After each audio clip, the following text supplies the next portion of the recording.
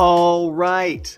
Once you are in Sketchpad, you want to set the canvas, that is the area that you create your art in, to the size that you want. If you go to the new setting, this will let you start your new masterpiece, and you can see right up at the top you have preset sizes for your canvas, and you can set it for the size of the screen. You can set it for different preset social media, for digital ads, for digital screens. You have paper sizes that are here. If you're making t-shirts, you can size it that way, or you can do a custom size. If you choose a custom size, you can set this for inches, for the metric millimeters or centimeters, or for pixels. So you can get pretty granular for the size of this that you want. I'm just going to go ahead and leave it at 8.5 by 11. This would be a piece of our printer paper.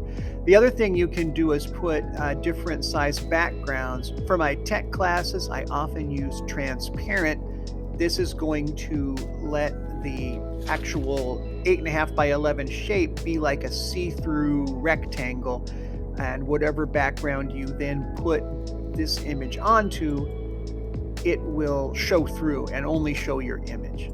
And then click create, and here you have your canvas.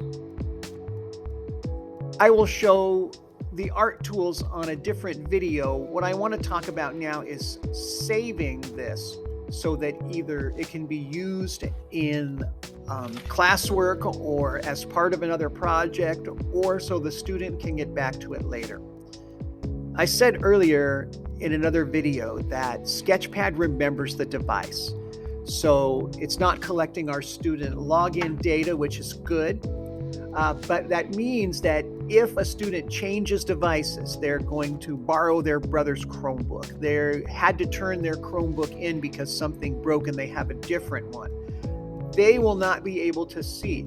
Over here in the little folder, if you click where it says open, it will show you the work that you've done in Sketchpad on this device. But if you change devices, that work is going to go away. So you won't be able to see it.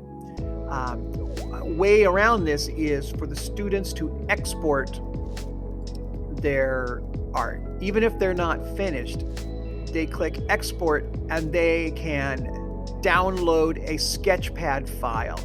This way they can load it back from their Google Drive and they will be able to continue work.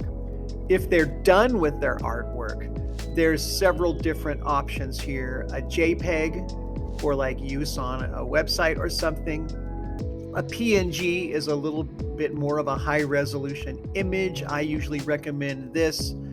PDF if they have need for that. And then SVG, I use this a lot in tech classes because these images are scalable. SVG stands for Scalable Vector Graphics.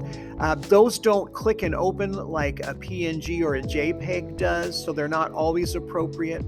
But if you're going to put this file into a 3D printer or something like that, or if you're going to use it in another art app later, this is a very handy file format to have. So if they're going to get back to it, download the Sketchpad file.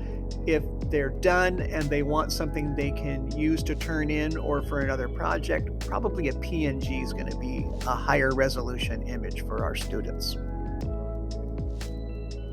We will look at the Sketchpad tools in another video.